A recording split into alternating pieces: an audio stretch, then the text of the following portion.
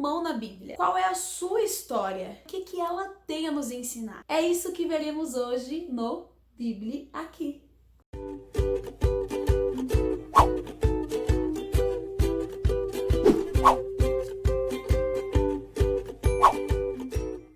Salomão foi um sábio rei de Israel. Nasceu em Jerusalém, seu pai se chamava Davi e sua mãe Batseba. A Bíblia diz que ele foi o homem mais sábio que existiu na face da terra. Pra você ter ideia, todos os reis do mundo viajavam longas distâncias para encontrar com Salomão, para tirar um pouquinho a casquinha da sabedoria dele. E saíam assim chocados, radiantes. Salomão foi escritor de provérbios, de músicas. Ele tinha conhecimento em botânica, em fauna, em flora. Uma curiosidade sobre Salomão é que ele foi chamado pelo profeta Natan de Gedidias, que significa amado do Senhor. Mas como que foi esse negócio aí dele ser rei? Rei de quem? Como que ele conseguiu tanta sabedoria? Davi, ele tinha vários outros filhos, né? Davi era namorador, enfim. E Salomão, ele era um filho fruto de uma relação de adultério entre Davi e Batseba. E Deus o escolheu. Eu gosto muito de pensar nisso, que independente da forma como viemos ao mundo, se fomos desejados ou não, Deus, ele nos ama e nos coloca numa posição de valor. Só para contextualizar, Salomão, ele era rei do povo de Israel. Mas quem é esse povo? É uma galera que Deus escolheu para preservar a palavra dele na terra. Para esse povo foi confiada as leis, o caráter, a revelação de quem é Deus. Mas não pense você que eles eram perfeitos ou que eles tinham alguma coisa de especial, não. Pelo contrário, essa galera dava uma trabalheira para Deus que só. Apesar da rebeldia desse povo, Deus separou eles. Eu acredito que se ele não tivesse separado o povo para guardar sua palavra, sabe-se lá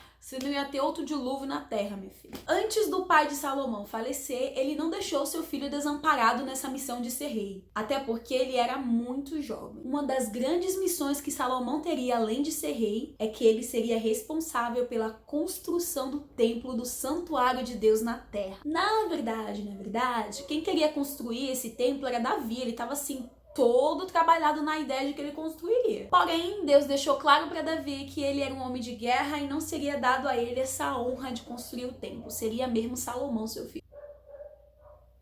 É para fazer um coral com os cachorros que tem aqui na minha rua.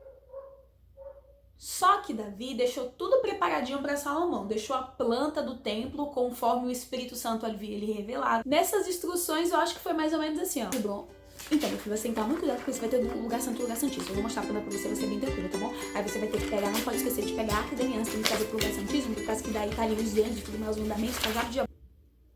Além das instruções que Davi, o próprio Deus, deu a Salomão, Moisés, antevendo os perigos de se tornar rei de Israel, ele também deixou algumas instruções importantíssimas que estão registradas em Deuteronômio capítulo 17, a partir do versículo 14. Mas eu vou resumir para vocês o que está escrito lá, tá bom? Que o rei não deveria multiplicar cavalos, multiplicar mulheres, multiplicar prata e ouro, deveria sempre meditar na palavra do Senhor dia e noite, guardar essas informações no coração. E em Deuteronômio 7:1 também diz que não deveria nem casar, nem fazer alianças com outras nações. Por quê? Porque os povos de outras nações tinham rituais de cultuar deuses pagãos. Então existia grande possibilidade do rei de Israel, que crê em apenas um Deus, se desviar e cultuar outros deuses, se misturassem, casassem com essas pessoas. Deus havia prometido a Davi que sempre teria um dos seus descendentes como rei no trono de Israel. Porém, havia a condição de que eles obedecessem os mandamentos. Guarda essa informação aí que a gente vai usar ela depois, tá bom? Então, uma das mais conhecidas tarefas de Salomão foi construir o templo. Deixa eu só contextualizar o que era esse templo. Desde os primórdios, o povo levantava altar para fazer sacrifícios ao Senhor e adorar o único Deus. Foi assim com Abraão, foi assim com Noé. Lá na época de Moisés, Deus pediu para que não se fizessem mais altares isolados, mas que fizessem um templo. Então esse foi o primeiro templo que foi construído na época de Moisés. Como o povo estava sentindo Canaã, eles levavam o templo junto, então desmontava, levava. Deus ainda não tinha escolhido um lugar específico para construir um templo, mas o templo que Salomão foi designado a fazer, esse era um templo fixo. Foi escolhido Jerusalém no Monte Moriá. Gente, imagina como que não estava a cabeça de Salomão com tantas coisas que ele teria que fazer. Grandes poderes, grandes responsabilidades. E aí que entra a questão da sabedoria. Um certo dia, Salomão está dormindo e eis que Deus aparece num sonho para ele, tipo Aladim. Puf! Salomão, o que queres de mim é só pedir. Mas menina, Se Deus aparece pra você desse jeito, hein? O que queres de mim é só pedir. Senhor, não é por nada não, mas já que tu perguntou, é que meu creme tá acabando, eu queria ver se de repente não tinha como o senhor me arrumar. Mas Salomão pediu o que ele mais precisava, que era sabedoria. Sabedoria para governar o povo, sabedoria para liderar, sabedoria para construir, enfim. Salomão era um jovem inexperiente e vamos combinar que ele tinha muito desafio para cumprir, né? Engana-se quem acha que Salomão trabalhou só na construção do templo. Quando você faz uma leitura bem completa da Bíblia, você vai ver que ele era um grande administrador, ampliou o capital de Israel, reconstruiu outras cidades, muralhas de Jerusalém, dominou reinos, trabalhava com exportação, comércio marítimo, etc. Durante o seu reinado, diferente do seu pai, ele viveu em paz. Ele não fazia guerras com outras nações. Pelo contrário, ele fazia alianças com elas. Nessas alianças aí, Salomão se casa com a filha de Faraó, o que teve alguns benefícios, tiveram aí outros problemas que a gente vai ver. Salomão começou a construir o templo no 4º ano do seu reinado. Quando ele conclui a construção do templo, para que realmente fosse a habitação de Deus e não de homens, Salomão faz uma belíssima, linda, tocante, emocionante cerimônia de dedicação. Ali o povo se alegra, faz uma festa e tem instrumentos e tem música em adoração a Deus. Deus manifesta sua presença ali. Ele intercede para que Deus perdoe os pecados daqueles que confessarem e se arrependerem. E Deus, mais uma vez, alerta Salomão para que ele e o povo obedeçam os seus mandamentos, obedeçam a sua lei. Se Salomão tivesse de fato se dedicado a cumprir a palavra do Senhor, ele com certeza continuaria sendo uma grande influência para todos os povos. Muitos continuariam querendo saber não só quem é o Salomão, mas quem é o Deus por trás de Salomão. Porém, Salomão começou a se desviar do caminho. Lembra que eu tinha falado que Salomão ele casou com egípcia? Pois é, mas não foi só com ela que ele se envolveu. Mulheres estas que Deus havia orientado que ele não se envolvesse. E a partir daí que começa a queda de Salomão. Aquele que havia construído um templo para Deus e foi chamado de Gedidias, amado do Senhor, agora se misturou com mulheres que adoravam outros deuses, participava das suas práticas de adoração pagã e ainda construía altares para esses deuses. Depois disso aí, gente, imagina como é que Deus não ficou com essa situação, né? E ele tinha avisado a Salomão, ele tinha dado todas as orientações. Ainda no capítulo 11, a partir do versículo 9, você pode ler que Deus, ele ficou irado com Salomão e ele foi conversar com ele por 2 vezes. Pediu para que abandonasse a adoração a esses deuses. Mas olha qual foi a atitude de Salomão no versículo 10. E acerca disso, lhe tinha ordenado que não seguisse outros deuses.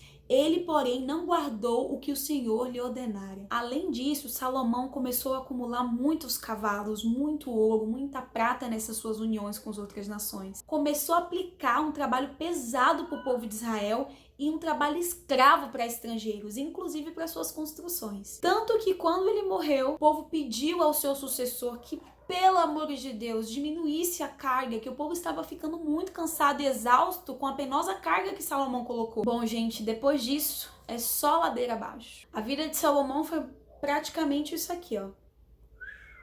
Lembra que Deus havia prometido a Davi que enquanto os seus descendentes obedecessem, sempre haveria um seu descendente no trono? Pois é, mas Salomão se desviou do caminho. Os descendentes de Davi seriam responsáveis apenas para liderar uma tribo, sendo que ele cuidava das 12 tribos de Israel. Por amor a Davi, Deus não permitiu que todas essas coisas, essas divisões acontecessem enquanto Salomão ainda fosse vivo. Mas assim que ele morreu, o descendente que seria o filho de Salomão já não tinha o direito de governar todas as tribos. Um servo de Salomão é quem seria o novo rei, o sucessor de Salomão. Depois que Salomão morreu, deu maior problema, porque os israelitas eles se rebelaram contra a dinastia de Davi. Quando eu leio histórias como a de Salomão na Bíblia, eu vejo como todos nós carecemos da graça de Deus. Ou seja, se Salomão, que tinha toda a sabedoria do mundo, arriscou-se andando no terreno em que Deus pediu para que ele não andasse e ele caiu, quanto mais a pobre pessoa que sou. Deus não dá regras apenas porque eu quero que seja e ponto. Muitas das regras de Deus é para que a gente consiga viver uma vida melhor aqui na Terra. Conselhos e regras sobre relacionamentos, sobre saúde, sobre descanso, sobre como tratar o próximo. Há grandes evidências que o livro de Eclesiastes foi escrito por Salomão. Nós conseguimos perceber que ele com certeza se arrependeu de tudo que ele fez no fim da sua vida, quando já tinha passado muito tempo da sua vida sem querer ouvir a voz do Senhor. Eu gostaria de finalizar lendo uma das suas últimas palavras no livro de Eclesiastes. Lembra-te do teu Criador nos dias da tua mocidade, antes que venham os maus dias e cheguem os anos que dirás, não tenho neles prazer. fazer. De tudo que se tem ouvido, a suma é: teme a Deus e guarda os seus mandamentos, porque esse é o dever de todo homem. Alegra-te, jovem, na tua juventude, e recreie-se teu coração nos dias da tua mocidade.